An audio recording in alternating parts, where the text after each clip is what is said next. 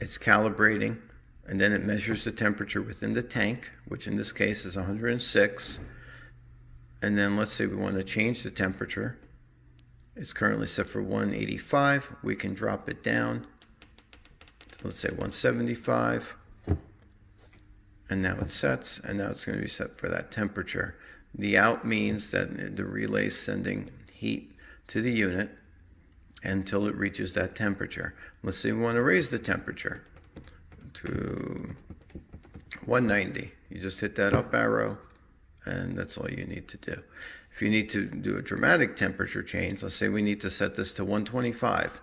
You press it at the temperature and you just hold it down, and it scrolls very quickly to whatever temperature. Wow, 10 degrees. That's way too much, too little. So we'll get it back up there to, like, let's say 175. And that's all you have to do, just the up and down. Thank you.